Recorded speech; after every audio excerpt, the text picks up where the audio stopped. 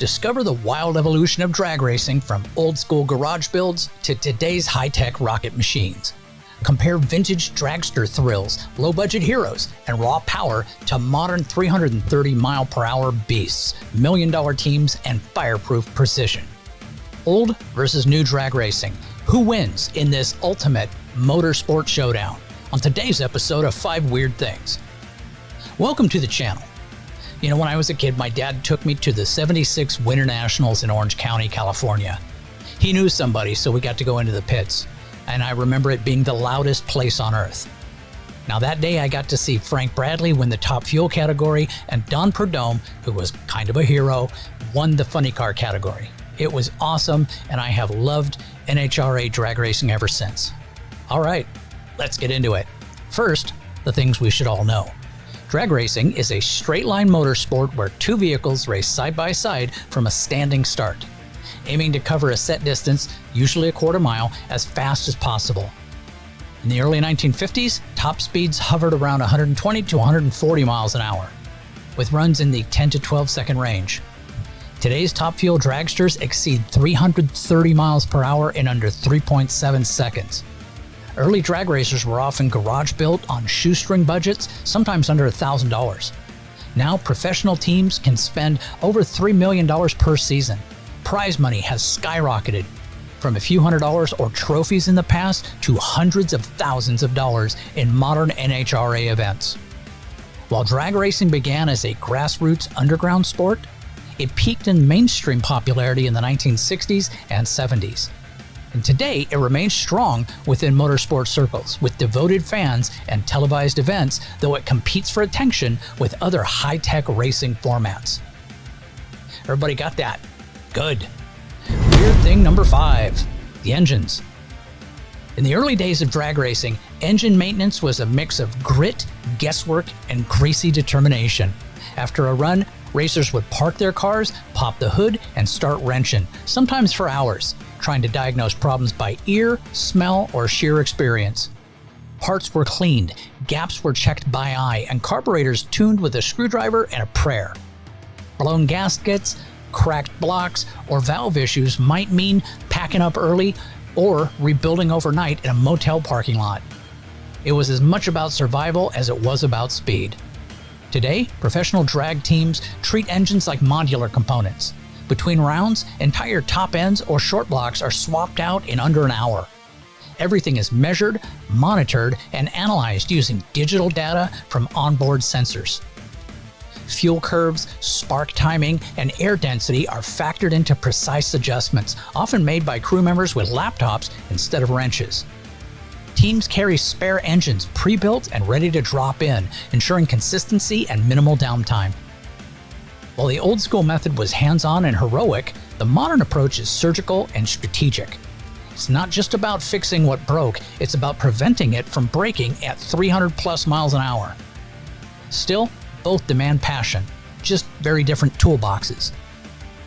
Weird thing number 4, nitromethane. Now, in the early days of drag racing, using the fuel nitromethane was more art than science, equal parts daring and duct tape. Racers knew nitro made power, but the understanding of its chemistry was rudimentary at best. Tuning involved trial and error. Add more nitro, see if it holds together. Often, it didn't. Engines exploded spectacularly, earning nitro a reputation as both a performance miracle and a mechanical grenade. Fuel mixtures were eyeballed, and timing was advanced or retarded by ear, sometimes with nothing more than a wrench, a stopwatch, and blind optimism. Modern nitromethane uses a high-stakes science. Top fuel teams run 90% nitro, but every ounce is measured with precision. Sophisticated data acquisition systems monitor cylinder pressure, ignition timing, air temperature, and even clutch engagement in real time. Crew chiefs adjust fuel maps based on weather, track grip, and engine wear, calculated down to fractions of a percent. The goal isn't just raw power, but controlled detonation that maximizes thrust without destroying the engine before they hit that finish line. The old school guys ran nitro with guts and glory. Today's teams run it with graphs and gigabytes. Both methods produce thunder and speed, but now it's lightning in a bottle with a computer keeping that cork on. Weird thing number 3. What they were and are made of. Now, old school dragsters were raw, home-built machines built in backyards and garages. Frames were often hand-welded from steel tubing, bodies hacked together from fiberglass or aluminum, and engines were yanked from junkyard Cadillacs or Hemis. Safety was an afterthought.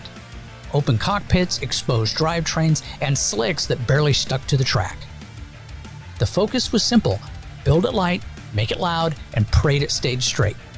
Components were mixed and matched, often scrounged from streetcars, and tuning was more feel than formula.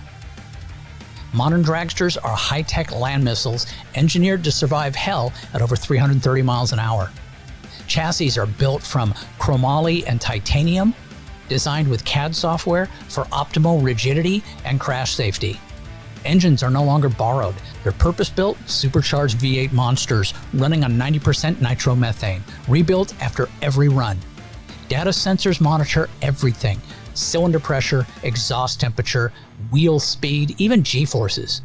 Carbon fiber replaces metal for body panels, reducing weight while withstanding tremendous downforce. Today's dragsters are closer to fighter jets than they are hot rods. Where old school racers relied on luck and loud pipes, modern teams operate with aerospace level precision. Still, both generations share one truth: dragsters exist for one reason: to go terrifyingly fast in a straight line and leave smoke in its wake. Weird thing number 2, tuning. Tuning old school dragsters was part art, part guesswork, and all guts. Mechanics and drivers relied on instinct, experience, and maybe a notepad scribbled with weather conditions and jet sizes. Adjustments were made with hand tools and hope. Turn a screw on the carb, change a jet, tweak the timing, listen to the idle, maybe even smell the exhaust to see if it was rich or lean. A good tuner was part scientist, part shaman. There were no sensors, no laptops, just a feel for what the engine wanted and a stopwatch to tell you if you got it right. Modern dragster tuning is a digital symphony. Engines are wired with sensors that collect real-time data on everything: air-fuel ratios, ignition timing, boost pressure, and exhaust temperatures, even G-forces. After each run, teams download and analyze gigabytes of data looking for microsecond anomalies or opportunities to shave off a fraction of a second. Changes to fuel curves, clutch engagement, or ignition timing are made with keyboards, not wrenches. Weather stations and software simulations help crews fine-tune for every variable: track temperature, altitude, and humidity. Old school tuning was a wild guess with a greasy rag.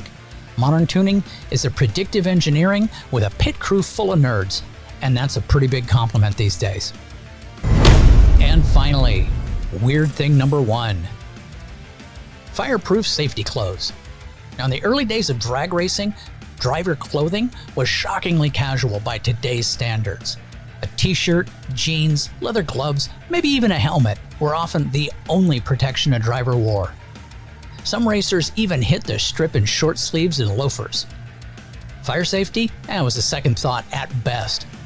Drivers sat just inches from exploding engines and nitro-fueled fireballs with little more than bravado between them and disaster. Occasionally, someone would wear a leather jacket or a military flight suit. Better than nothing, but still no match for a flash fire. Modern drag racers suit up like astronauts preparing for re-entry. Today's fireproof gear includes multi-layer SFI-rated Nomex suits, gloves, balaclavas, boots, and even fire-resistant underwear.